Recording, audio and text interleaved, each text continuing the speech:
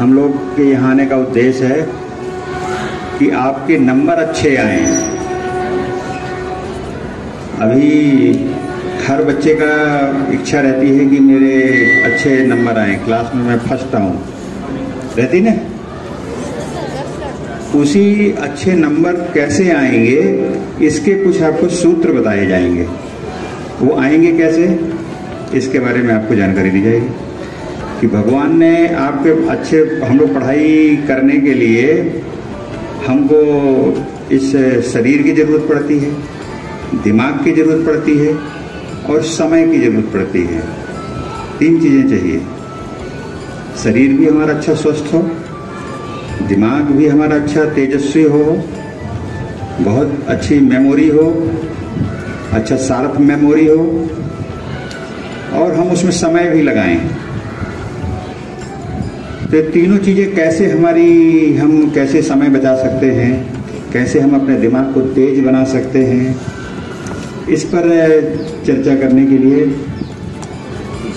और हमारे अंदर में वो क्षमता है कि हम खूब ऊंचाइयों पर जा सकते हैं। आप जो चाहें बन सकते हैं। आप डॉक्टर बन सकते हैं, इंजीनियर बन सकते हैं, कलेक्टर बन सकते हैं, कमिश्नर बन सकते हैं, कुछ भी हमारे अंदर में सब क्षमता है। आप कहते होंगे साहब ये तो ऐसी यही सुनाई बातें हैं। यहाँ भाई साहब उदाहरण बैठे हैं।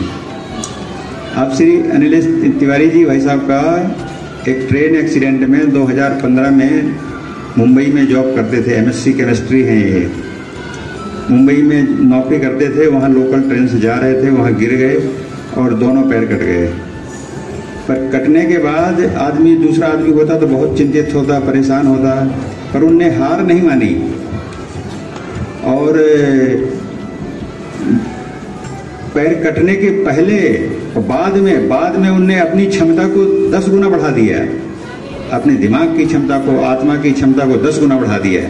पहले सामान्य से, जैसे हम लोग हैं ना, सामान्य से कि हमको खाली थोड़ा बहुत हम लोग काम करते हैं, पर वो पूरे देश भर में जाते हैं। जैसे आपके यहाँ भाषण दे रहे हैं, ऐसे देश भर में पूरे बड़े बड़े लोगों के बीच में जा करके उनको मोटिवेट करते हैं, भाषण देते हैं। और उनके YouTube में आप YouTube में सर्च करिएगा अनिलेश तिवारी, डेली 8 बजे से 8:30 बजे तक उनका एक डेली वो स्वाध्याय कराते हैं। ऐसे 2000 वीडियो YouTube में हैं। तो हमारी क्षमता कब बढ़ी, जब कोई दुख तकलीफ आई और उसके बाद में क्षमता बहुत बढ़ गई। तो हम लोग कैसे आगे हम बढ़ सकते हैं, कैसे हमारे अच्छे नंबर आ सकते हैं। सिर्फ अच्छे नंबर ही आना उद्देश्य नहीं है, एक हमारा व्यक्तित्व भी अच्छा हो, आपका नाम भी अच्छा हो, आपको हर व्यक्ति क्लास में टीचर कहे कि बहुत अच्छा बच्चा है, घर में मम्मी पापा कहें कि बहुत बढ़िया बच्चा है, मोहल्ले वाले कहें बहुत अच्छा बच्चा है। हमें ऐसा भी बनना है। खाली पढ़ाई भर में फर्स्ट आना भरी उद्देश्य नहीं है, अच्छा भी बनना हमारा उद्देश्य है कि आपकी पीठ पीछे आपकी प्रशंसा हो। आपके सामने नहीं, आपके पीठ पीछे आपका जब भी नाम लिया जाए तो लिया जाए कि वाह वो बच्चा कितना बढ़िया है। तो वो हम कैसे, हमारे अंदर में सद्गुणों का विकास कैसे हो सकता है, इस पर आपको भाई साहब मार्गदर्शन करेंगे। मैं श्री तिवारी जी से निवेदन करूंगा, आगे से बढ़ते हैं। भारत माता की, बोलिए भारतीय संस्कृति की, बोलिए परम पूज्य गुरुदेव की। सभी कमर सीधी कर लें, दोनों हाथों को अपनी गोद में रख लीजिए, नेत्र बंद कर लीजिए। और उससे भी पहले आप लोगों से एक बात कहेंगे कि हम लोग जो है अपनी लाइन ठीक कर लें। अभी जैसे लग रहा है थोड़ा टेढ़ा बैठे हैं, आगे पीछे बैठे हैं। आगे वाले सही से बैठ जाएं तो फिर उनके पीछे वाले अपने आप लाइन मैच करा लेंगे, तो देखने में बहुत प्यारा लगेगा, बहुत अच्छा लगेगा। हाँ, एक के पीछे एक ऐसे सीधे पंक्तिबद्ध होकर के। अभी आपसे पूछा जाएगा कि आप कौन सी लाइन में हैं। आपकी लाइन सीधी होगी तो आप बता पाएंगे, ठीक है ना? चलिए, हाँ बेटा आगे आ जाओ थोड़ा सा, ठीक ठीक। हाँ, बहुत बहुत धन्यवाद। आइए क्रम को हम सभी प्रारंभ करें।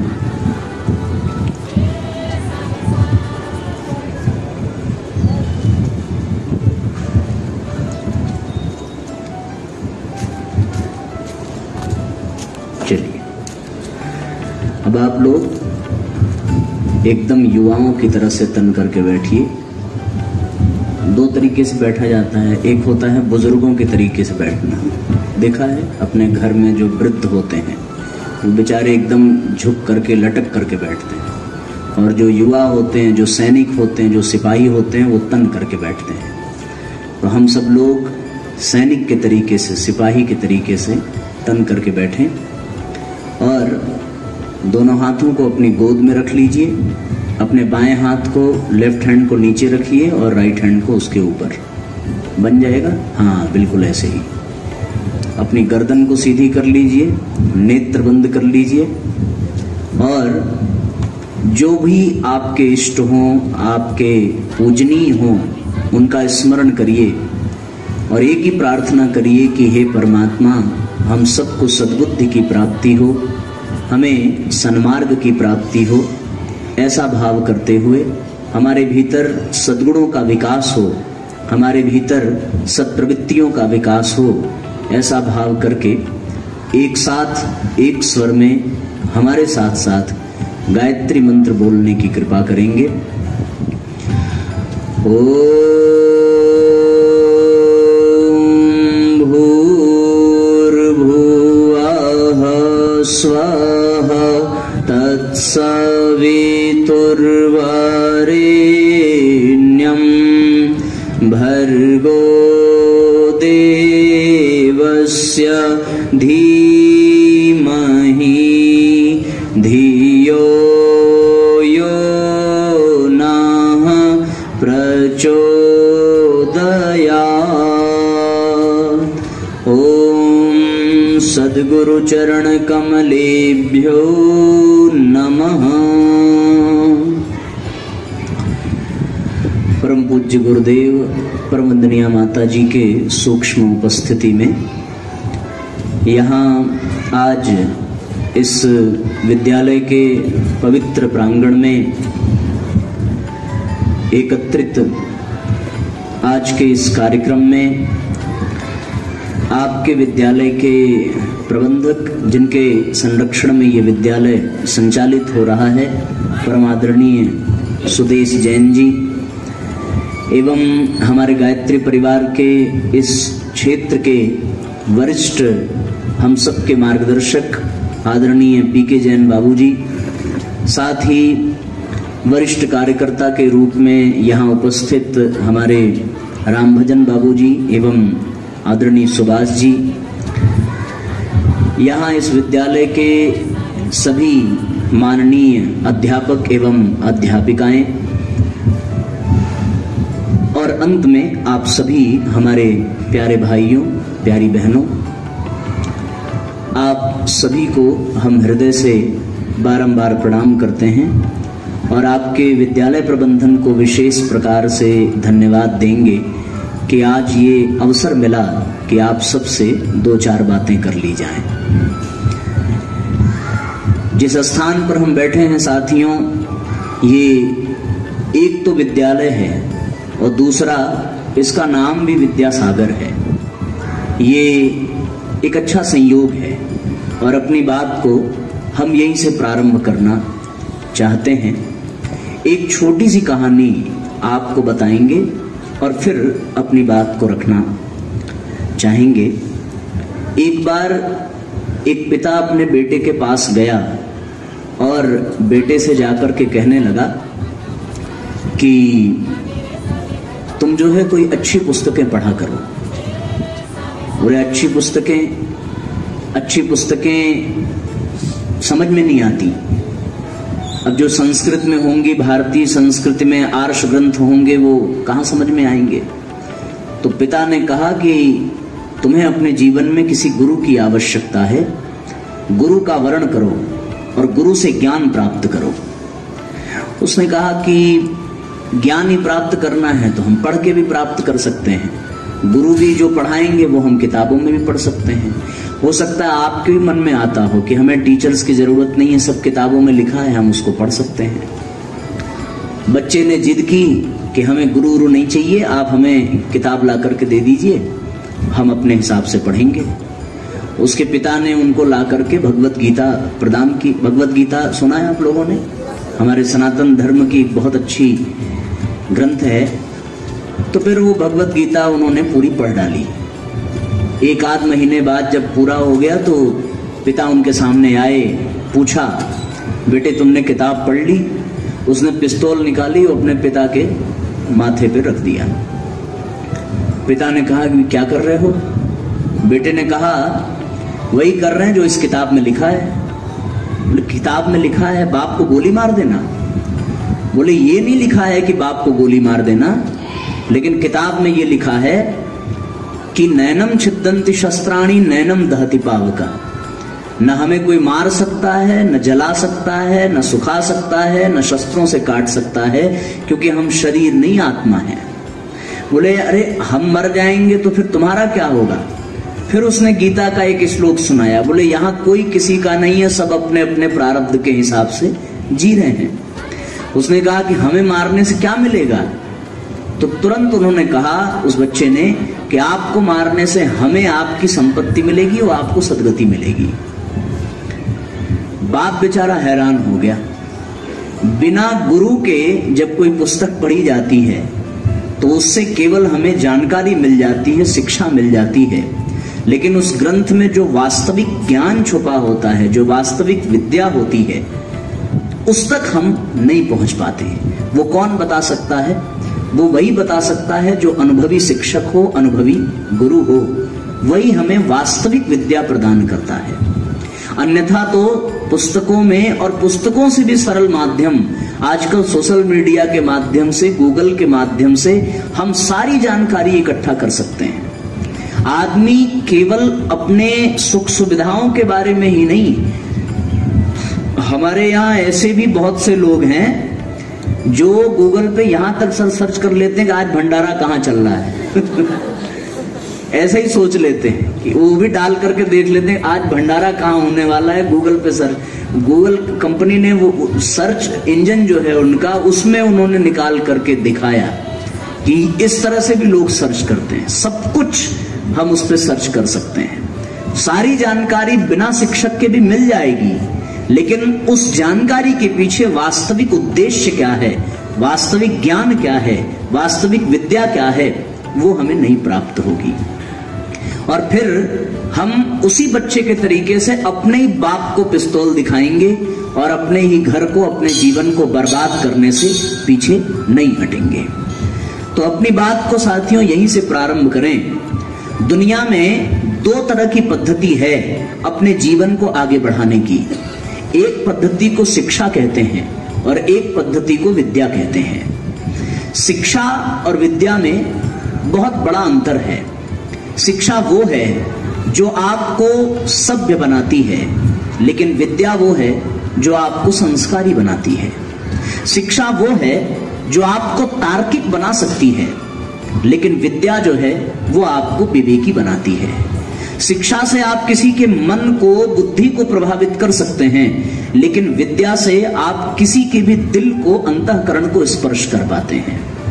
शिक्षा से आप औपचारिकताएं सीख लेंगे, फॉर्मेलिटीज सीख लेंगे, कहाँ सॉरी बोलना है, कहाँ थैंक यू बोलना है, कहाँ वेलकम करना है।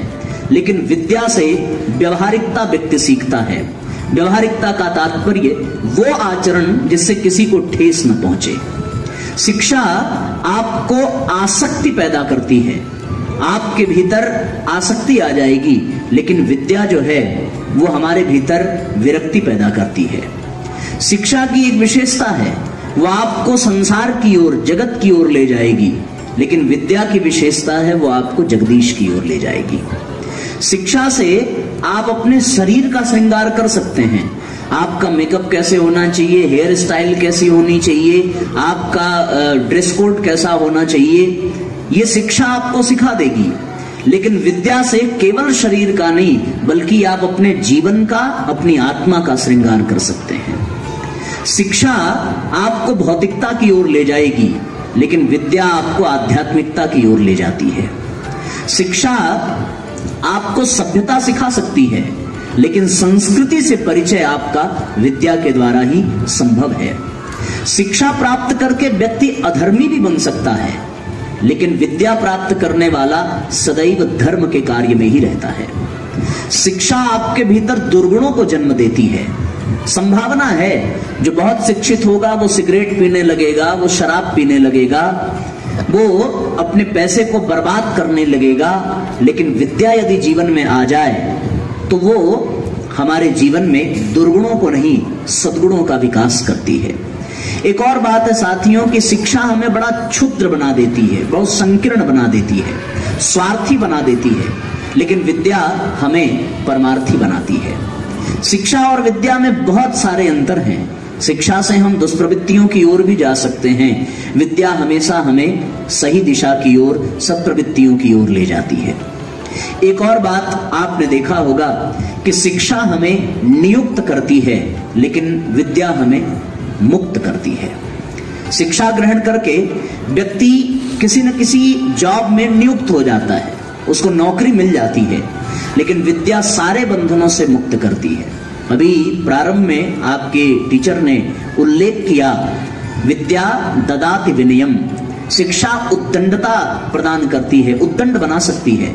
जो हमारे देश के शिक्षित युवा हैं वो हड़ताल करते देखे जाएंगे, रैली निकालते देखे जाएंगे, बसों को फूंकते देखे जाएंगे, ट्रेनों में आग लगाते देखे जाएंगे, लेकिन विद्या हमें विनम्रता सिखाती है, शालीनता सिखाती है। ये एक सामान्य सी बात हमने बताई, शिक्षा और विद्या में अंतर। इसका ये तात्पर्य नहीं है कि शिक्षा ग्रहण नहीं करनी चाहिए। शिक्षा से हम अपने पेट के, परिवार के, बाल बच्चों के भरण पोषण की व्यवस्था कर सकते हैं, लेकिन विद्या से हम उनको संस्कारवान बना सकते हैं। इसका यह तात्पर्य नहीं है कि शिक्षा की यहां अवमानना की जा रही है, लेकिन यदि शिक्षा और विद्या में कंपैरिजन किया जाए तो विद्या को श्रेष्ठ माना जाएगा। शिक्षा वो है जो इस संसार की जानकारी देती है। आपके जो सब्जेक्ट हैं उसकी जानकारी शिक्षा के अंतर्गत आएगी।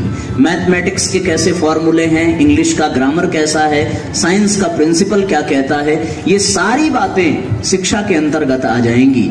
लेकिन जीवन की बड़ी से बड़ी समस्याओं का आसान से आसान समाधान क्या हो सकता है, ये साथियों विद्या से ही प्राप्त हो सकती है।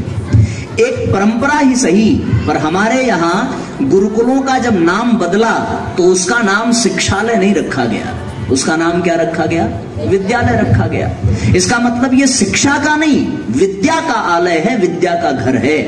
और एक और बात साथियों कि यहाँ आने वाले जितने भी बच्चे हैं उनका नाम शिक्षार्थी नहीं रखा गया, उनका नाम क्या रखा गया?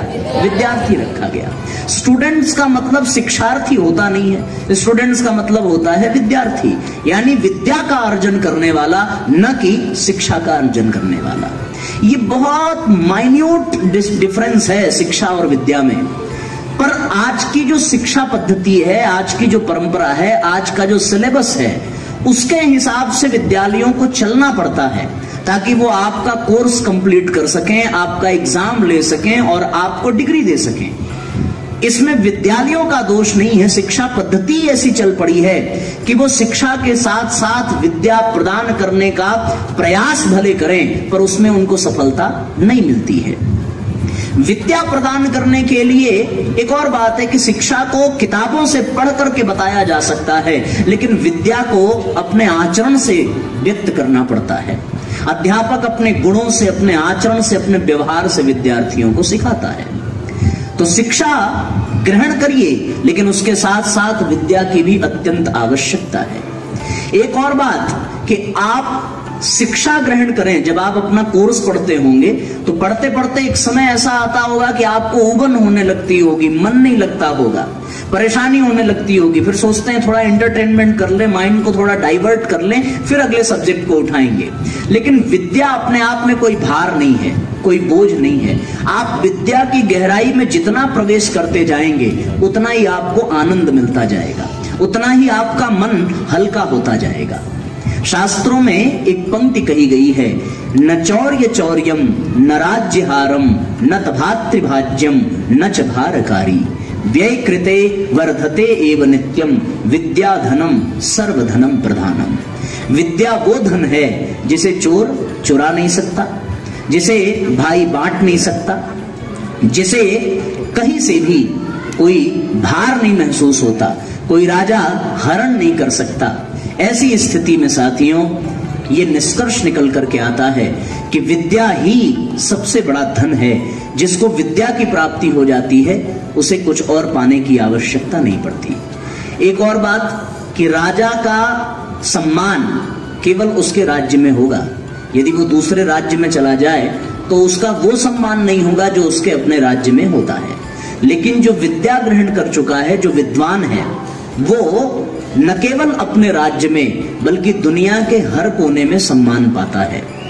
इसलिए आज हम सब लोगों को विचार करना है कि वास्तव में केवल शिक्षा ग्रहण करने से जीवन चलने वाला नहीं है।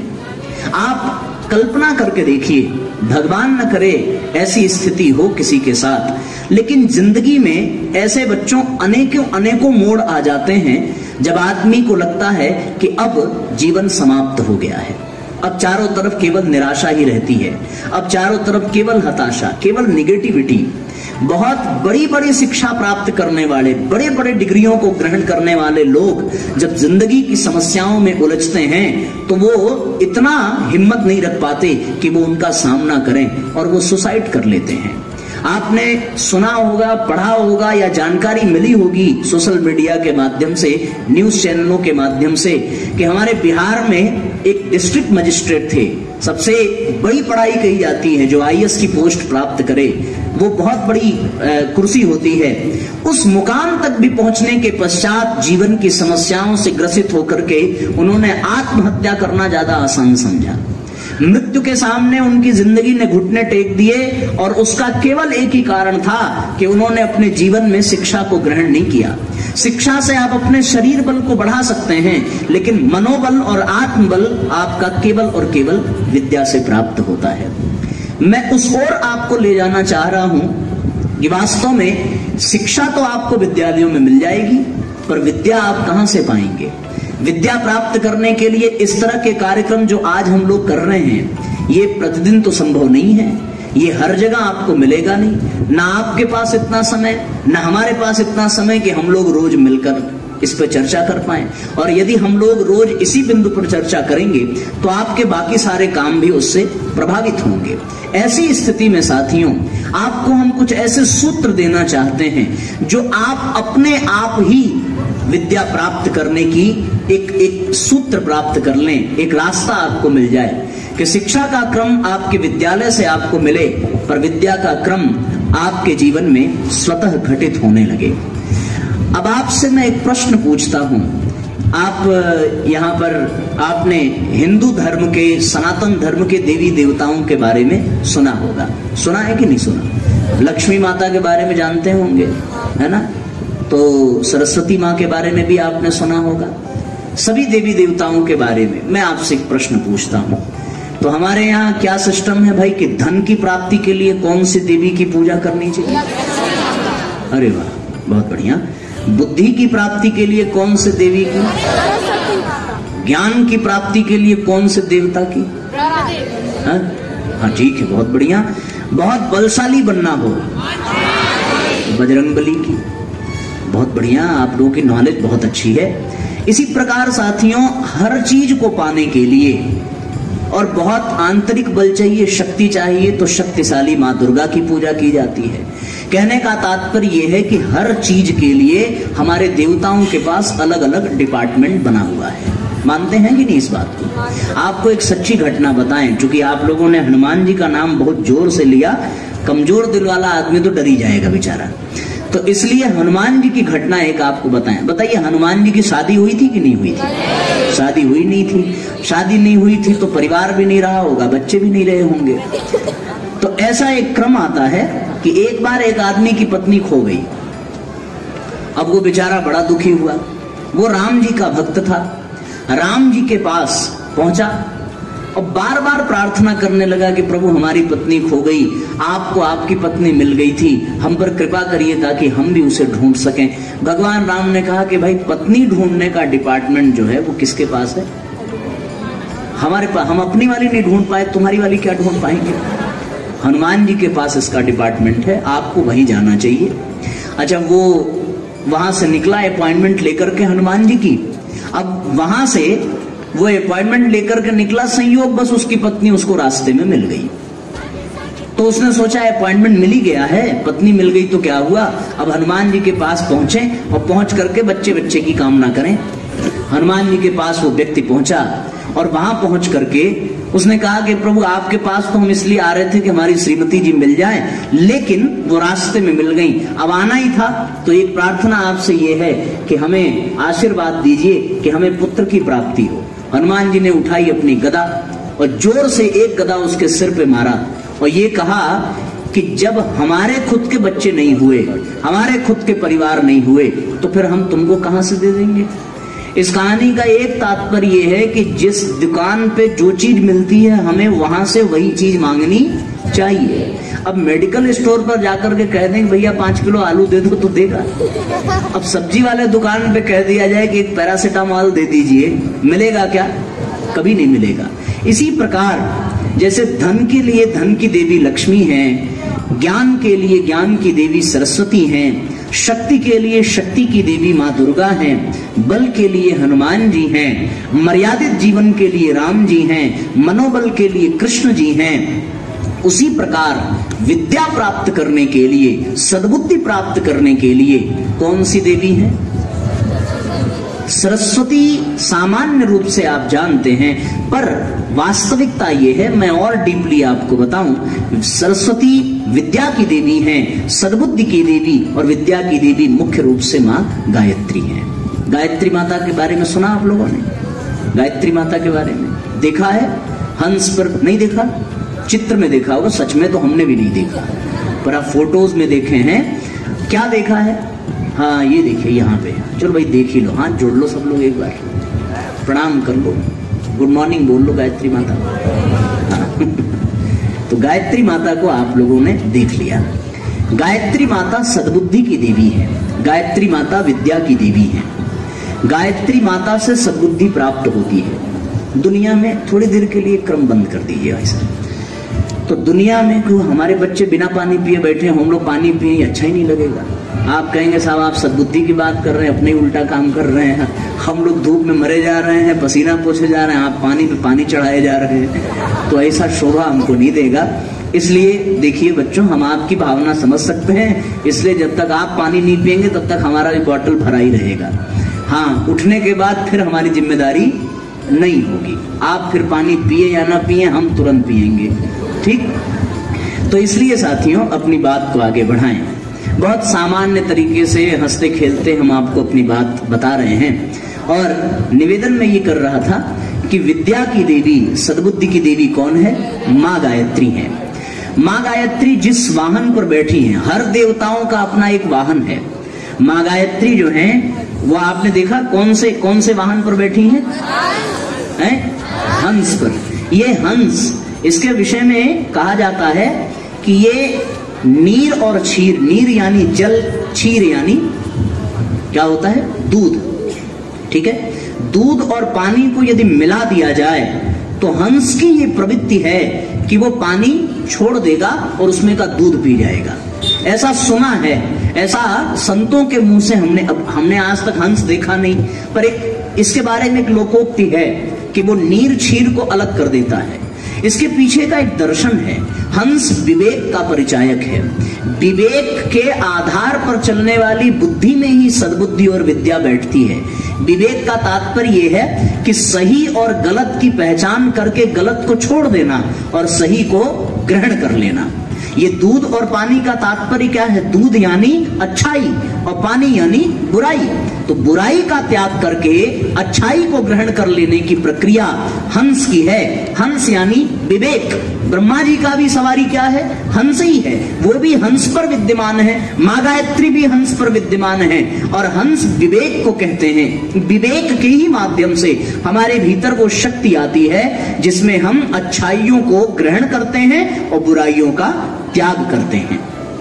तो जो अपने भीतर इस पावर को डेवलप कर ले, अपने विवेक को डेवलप कर ले, वो गायत्री माता की कृपा से विद्या और सद्बुद्धि को प्राप्त कर सकता है। तो इसलिए हम अपने विवेक को कैसे जागृत करें, हम अपने भीतर की शक्ति को कैसे जागृत करें कि हम अच्छाई और बुराइयों का अंतर कर सकें और हम अच्छाइयों को ग्रहण कर सकें। अच्छा, एक बात ये भी है कि बहुत हद तक तो हमें पता होता है कि क्या अच्छी बात है, क्या बुरी बात है। सबको पता है कि भाई फास्ट फूड डेली खाना अच्छी बात नहीं है, लेकिन अब सामने चाउमीन बन के आ जाए तो कंट्रोल होगा? बताओ, नहीं होगा। इसका मतलब क्या है? इसका मतलब अभी हमारा विवेक आधा ही जगा है। अगर वो पूरा जग जाता तो हम स्वाद से नहीं, स्वास्थ्य से भोजन को ग्रहण करते और हम अपने स्वास्थ्य के लिए जो उचित है उसी को स्वीकार करते, उसी को ग्रहण करते। इसलिए साथियों, जीवन में हम सब लोगों को विवेक जागृत करने के लिए कुछ अपने जीवन में धारण करना पड़ेगा ताकि हमारा विवेक जगे। और विवेक जगेगा तो हमारे भीतर अच्छाइयां बढ़ती चली जाएंगी और हमारे भीतर की बुराइयां कम होती चली जाएंगी। इस दुनिया में हर वो इंसान पूजनीय हुआ जिसके भीतर अच्छाइयां हों। हर वो इंसान निंदनीय रहा जिसको लोग घृणा करते रहे। वो कौन है? वो कोई और नहीं, केवल वो केवल बुरा है। आपने देखा होगा देवताओं की हमेशा पूजा होती है, लेकिन असुरों की हमेशा निंदा होती है। क्यों? क्योंकि देवताओं में अच्छाई है, देवताओं में बुराइयां नहीं होती, लेकिन असुरों में अच्छाइयां नहीं होती, केवल और केवल बुराइयां ही होती हैं। ऐसी स्थिति में साथियों, हम सब लोगों को ये प्रयास करना है कि हमारे भीतर अधिक से अधिक अच्छाइयां बढ़ती जाएं, हमारे भीतर क्वालिटीज बढ़ती जाए, हमारे भीतर सद्गुण बढ़ते जाएं और हमारे भीतर निगेटिविटी घटती जाए, हमारी बुराइयां मिटती जाएं, हमारे कुसंस्कार मिटते जाएं, हमारी कुप्रवृत्तियां मिटती जाएं। पर ये होगा कब? ये तब होगा जब हमारे भीतर विवेक जागृत होगा। विवेक को इंस्टॉल करना पड़ेगा अपने भीतर। जानते हैं ना, हम लोग अपने मोबाइल में एप्लीकेशन इंस्टॉल करते हैं, उसी तरीके से अपने भीतर विवेक को इंस्टॉल करना पड़ेगा। आपको पहले प्ले स्टोर में जाके डाउनलोड करना पड़ेगा, उसके बाद अपडेट करना पड़ेगा। आप इंस्टॉल करेंगे तब ये आपके काम आएगा। ठीक है ना? भगवान ने सब कुछ आपको दे करके भेजा है। अब सारी चीजें आपके लिए हैं, बस आपको अपने जीवन में विवेक को इंस्टॉल करना है।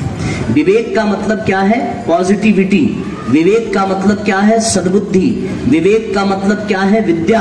यही वो शक्ति है जो आपको अच्छाई और बुराइयों में डिफरेंस करना सिखाती है। न केवल डिफरेंस करना, बल्कि अच्छाइयों को एक्सेप्ट कर लेना और बुराइयों को बाहर कर देना।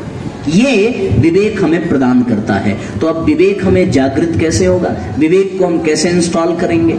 उसके लिए हमारे ऋषियों ने हमारे शास्त्रों में से निकाल करके एक मंत्र हमें प्रदान किया। वो मंत्र कौन सा है? उस मंत्र को कौन सा मंत्र कहते हैं? जरा जोर से बोलिए। हम थोड़ा कान से कम सुनते हैं भाई, इसलिए थोड़ा और जोर से बोलिए। लास्ट बार पूछेंगे, अब की बार इतनी तेज आवाज आनी चाहिए कि आपके स्कूल के जितने भी बच्चे अंदर क्लास में बैठे हैं उन सब तक बात पहुंच जाए। ठीक है ना? और अगर हो सके आप में शक्ति हो तो आप इतनी जोर से बोलना कि आपके घर तक आपकी आवाज जानी चाहिए। पॉसिबल है? जरा करके दिखाना। हम केवल पूछ रहे हैं, सब एक साथ बोलेंगे तो पॉसिबल हो जाएगा। तो मैं ये कह रहा था कि विवेक को जागृत करने के लिए कौन सा मंत्र?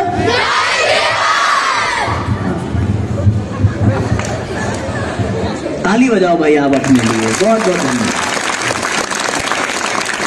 आनंद आ गया। तो अब हमने आपको तो बताया नहीं कि विवेक को जागृत करने के लिए गायत्री मंत्र, आपने खुद बताया कि गायत्री मंत्र से विवेक का जागरण होता है। तो इसलिए साथियों, अब आपको अपने जीवन में गायत्री मंत्र को स्थान देना है ताकि आपके जीवन में विवेक जागृत हो और आप हर गलत चीज से बच सकें और हर अच्छी चीज को आप अपने जीवन में धारण कर सकें। ये पॉसिबल हो सकता है क्या? आप लोग गायत्री मंत्र का उच्चारण कर सकते हैं क्या? आप सबको आता है गायत्री मंत्र? आता है? एक बार हमारे साथ आप, मैं नहीं बोलूंगा, आप खुद ही बोलकर बताइए। हम शुरुआत करेंगे, आप सबको गायत्री मंत्र बोलना है। आप फिर से बुजुर्गों की तरह बैठ जाइए। अरे वाह, बहुत बढ़िया।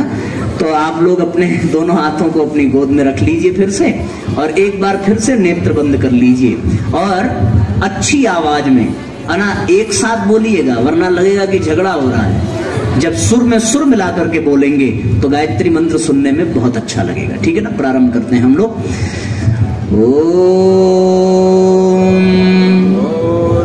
आपको बोलना है, मैंने केवल स्टार्ट करना है। ठीक है ना? ओम भूर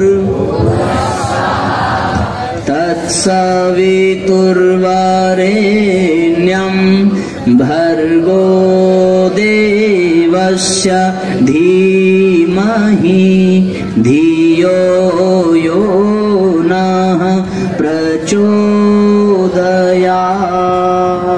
ये हो गया एक गायत्री मंत्र। अभी एम्स के वैज्ञानिकों ने गायत्री मंत्र पर शोध किया। उन्होंने लगभग 108 मंत्रों का उन्होंने हमारे वेदों से चयन किया। उन मंत्रों पर उन्होंने एक्सपेरिमेंट किया। कहाँ एक्सपेरिमेंट हुआ? एम्स के वैज्ञानिकों के द्वारा। ठीक है ना? अब एम्स जानते हो आप लोग? हाँ, अरे बच्चे सब जानते। हाँ, ये बहुत बड़ा हॉस्पिटल है। ठीक है ना? हमारे हिंदुस्तान का सबसे सर्वोत्कृष्ट, जहाँ पे बहुत अच्छे चयनित डॉक्टर हैं वहां पर सिलेक्टेड। तो एक बहुत बड़ी संस्था है। कोई एम्स का फुल फॉर्म बता सकता है? हमें तो नहीं आता। सोचो जरा, अभी बाद में, चलो लास्ट में पूछेंगे। ठीक है ना? अगर पता हो किसी को तो वो बताना। तो साथियों, वहां के वैज्ञानिकों ने, वहां के डॉक्टरों ने एक्सपेरिमेंट किया और पूरे 108 मंत्रों पर एक्सपेरिमेंट किया। उन्होंने एक टीम बनाई, कुछ सिलेक्टेड लोगों की। उन्होंने टीम बनाया कि आपको ये मंत्र जपना है और प्रतिदिन इतना उच्चारण करना है। उसके बाद उन्होंने अपने अपने बहुत सारे माइक्रोस्कोप से और भी जितने उनके पास अवेलेबल थे, उन सारे इंस्ट्रूमेंट से मंत्र के उच्चारण के बाद हमारे भीतर क्या डेवलपमेंट होता है, क्या चेंजेस होते हैं, उस पर उन्होंने स्टडी की।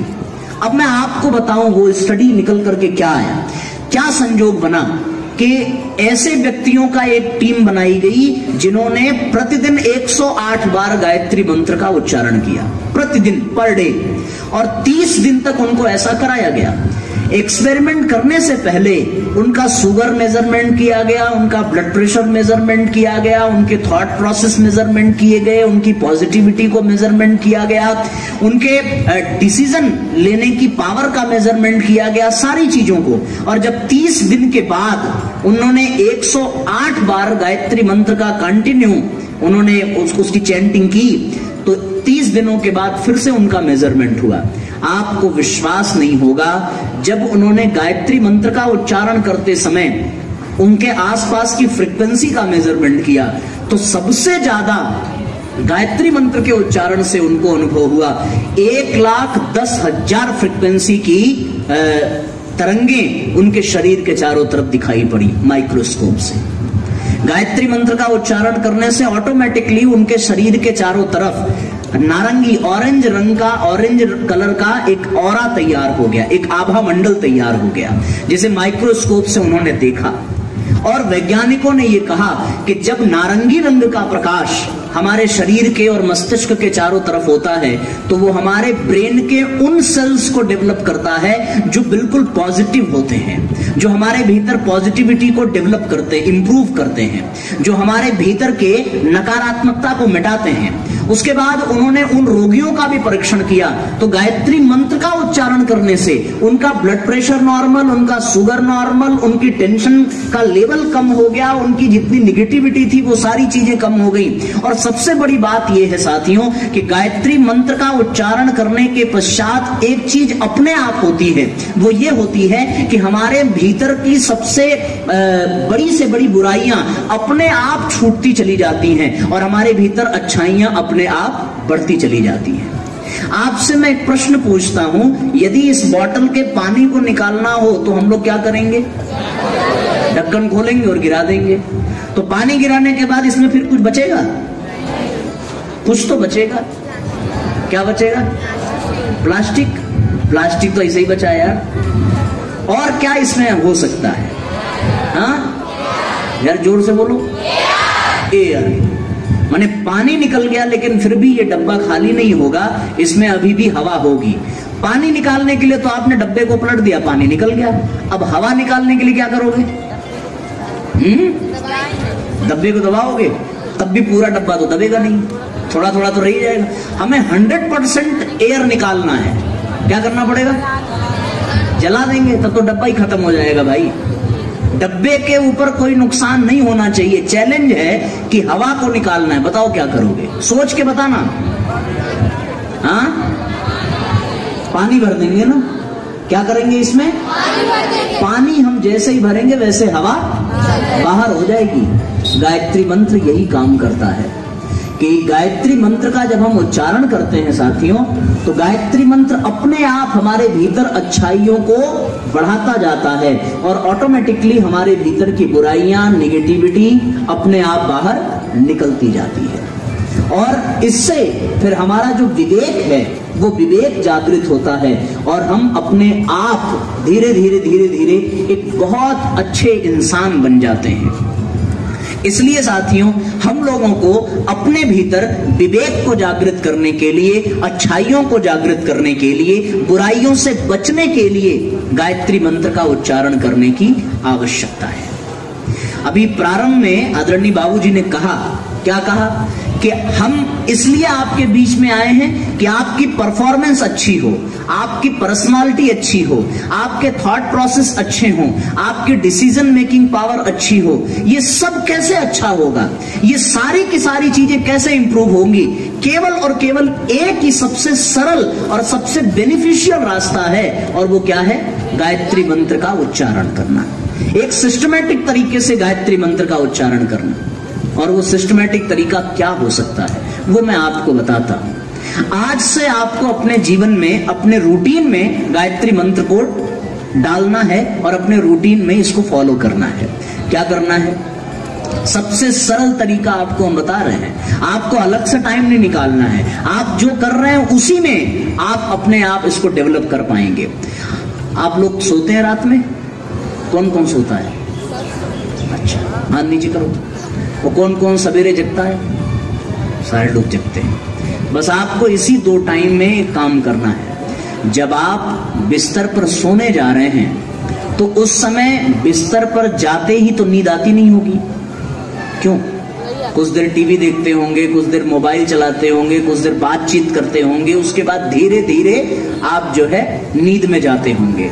तो अब आज से जब आप अपने बिस्तर पर जाएंगे सोने के लिए, तो आपको सोने से पहले अपने बिस्तर पर इसी तरीके से बुजुर्गों की तरह तन करके बैठना है। देखो, ठीक है ना? ऐसे इसी तरीके से एकदम तन करके कहां बैठना है? बिस्तर पे। और फिर से अपने नेत्र बंद कर लेने हैं और अपने अंगूठे को और पहली वाली उंगली को ऐसे मिला लेना है और मिला करके आपको अपने घुटने पर ऐसे रख देना है। आपका हाथ बिल्कुल सीधा होना चाहिए, आपकी रीढ़ की हड्डी बिल्कुल सीधी होनी चाहिए, आपका मेरुदंड सीधा होना चाहिए, आपका मस्तिष्क बिल्कुल सीधा होना चाहिए और दोनों हाथों को इस तरीके, इसको ज्ञान मुद्रा कहते हैं। कौन सी मुद्रा? भगवान बुद्ध को आपने इस तरीके से इस मुद्रा में देखा होगा, बड़े बड़े सिद्ध संतों को आपने इस मुद्रा में देखा होगा। इसको ज्ञान मुद्रा कहते हैं। ज्ञान मुद्रा करने से विवेक अपने आप जागृत होने लगता है और जब आप इसको अपने घुटने पर रखेंगे, नेत्र बंद करेंगे और नेत्र बंद करके आप मां गायत्री का ध्यान करेंगे, तो अपने आप गायत्री मंत्र का उच्चारण प्रारंभ करेंगे। कितनी बार करना है बच्चों? 108 बार। अरे बाप रे, 108 बार कर लोगे तब तो फिर हमारी जरूरत ही नहीं पड़ेगी आपको। 108 बार मत करना, वरना घर वाले टेंशन में आ जाएंगे कि 108 का क्या कर रहा है बैठ करके। आपको मैं उसका डोज थोड़ा कम कर दे रहा हूँ, 108 वो हाई डोज हो जाएगा। ये उन लोगों के लिए था जिनके ऊपर एक्सपेरिमेंट किया गया। आपका डोज बहुत कम होगा और वो डोज होगा केवल और केवल कितनी बार? हमारे पास कितनी ज्ञानेंद्रियां हैं? ज्ञानेंद्रियां समझते हैं ना, उसको इंग्लिश में क्या कहते हैं?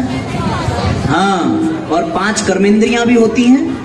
और सबसे बड़ी चीज है कि 5 एलिमेंट से ही हमारा ये शरीर बना है। आपको पता होगा कौन कौन सा?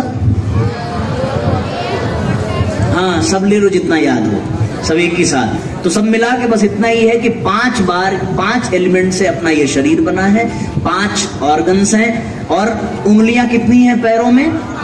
हाथ में कितनी? सब 5-5 का ही खेल है। पांडव कितने थे? सारा खेल 5 का है। तो साथियों, कहने का तात्पर्य कि हम लोग कितनी बार गायत्री मंत्र बोलेंगे?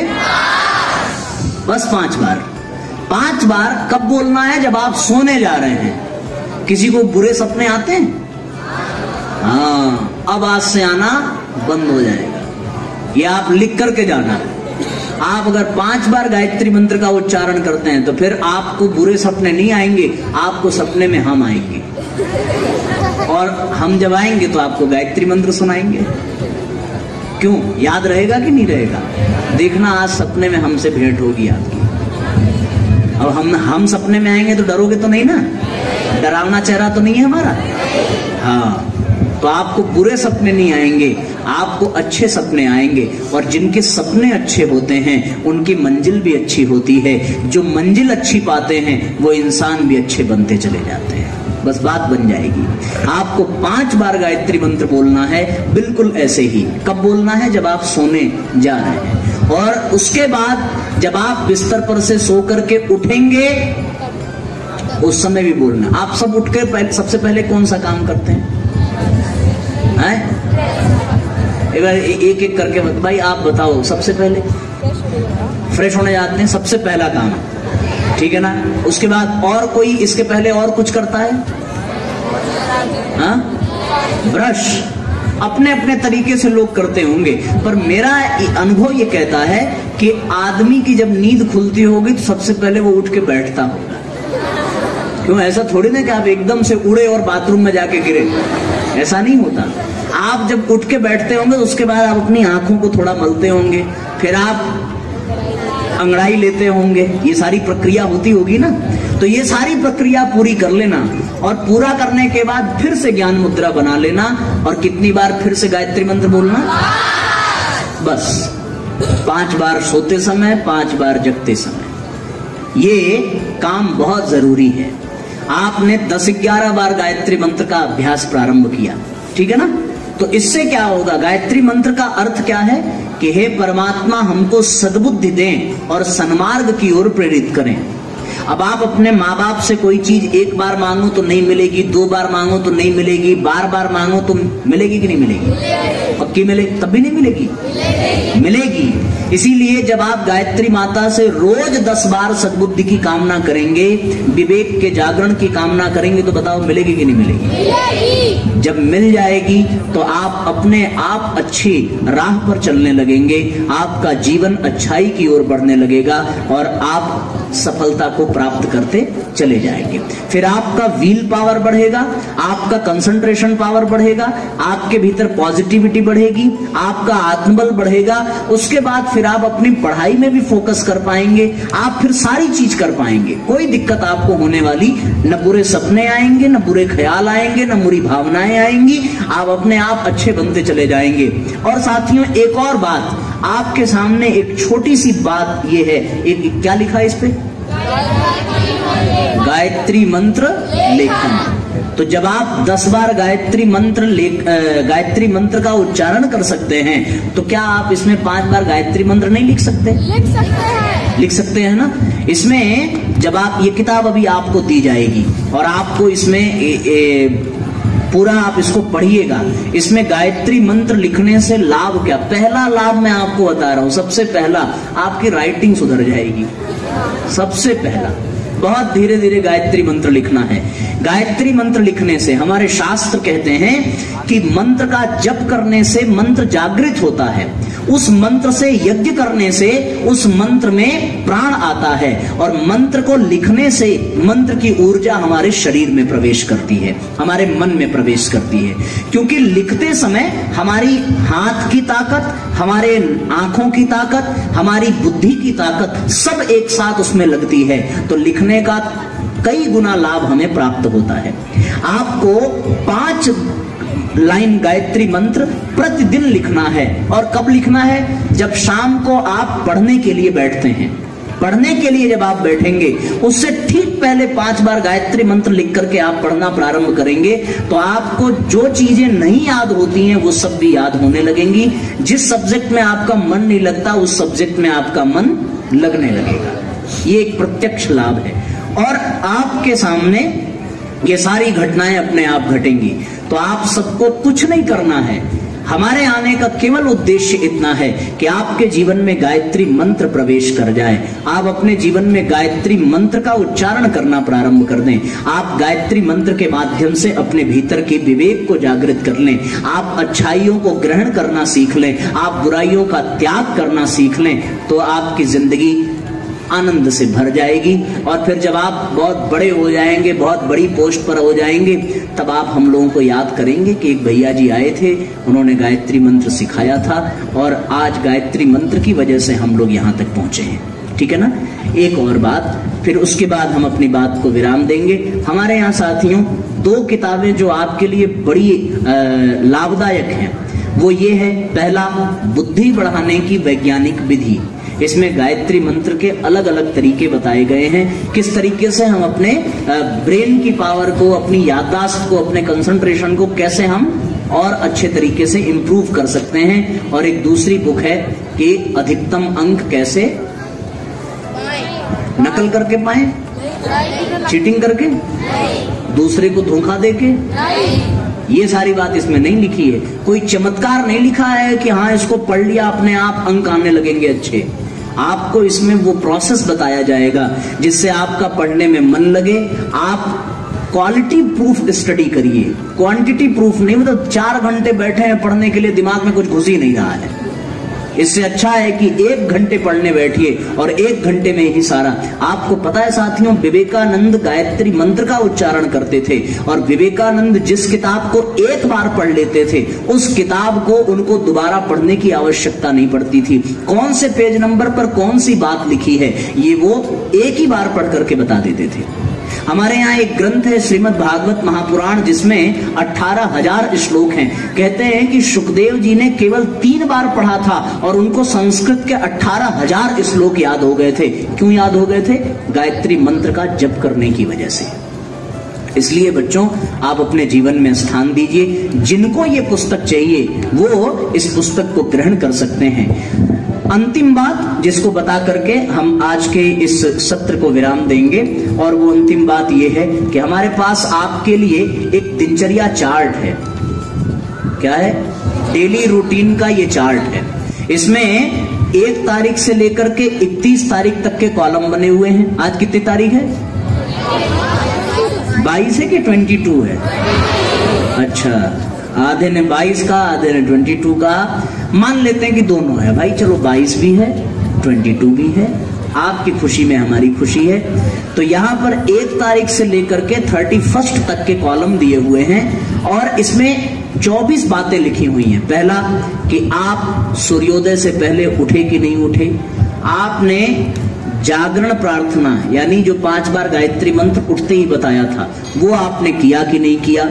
फिर उठने के पश्चात आपने अपने माता पिता धरती माता के पैर छुए कि नहीं छुए, आपने स्नान ठीक से किया कि नहीं किया, आपने सबसे प्रेम पूर्ण व्यवहार किया कि नहीं किया, आपने अपने टीचर्स की रिस्पेक्ट की नहीं की, मन लगाकर पढ़ाई की या नहीं की, किसी की मदद की या नहीं की। ये सारी बातें इसमें लिखी हुई हैं। जो आप जिस दिन करें उस पर यस का टिक करेंगे, और जो आप नहीं करेंगे उस पर क्रॉस का टिक करेंगे। अगले दिन दोबारा क्रॉस न करना पड़े, इसलिए इसलिए इसका ध्यान रखेंगे तो आपका डेली रूटीन इतना शानदार हो जाएगा कि आप चमचमाते हीरे के तरीके से सबसे अच्छे बच्चे बन करके दिखाएंगे और आप अपने और अपने विद्यालय का नाम रोशन करेंगे। ये विद्या सागर है और सागर में प्रवेश करने पर बहुत चमकीले और मूल्यवान मणि रत्न और मोतियां प्राप्त होते हैं।